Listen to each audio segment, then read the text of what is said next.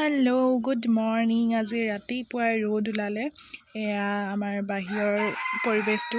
আজি বতৰটো চাই ভাল লাগিলে। এয়া মই ফ্ৰেছ হৈ আহিলোঁ, আহি ক্ৰীম চিম লগাই লৈছোঁ।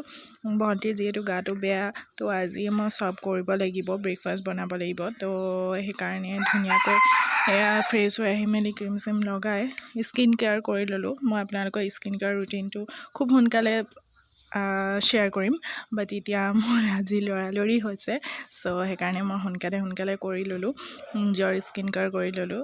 যিহেতু মই যাম পূজা কৰিবৰ কাৰণে, মন্দিৰত সোমাম। এয়া হৈ গ'ল। তাৰপিছত এয়া ভণ্টিৰ গা বেয়া, তো অলপমান ভাগিনীয়েকে মৰম কৰি দিছে, কম্বল দি দিছে।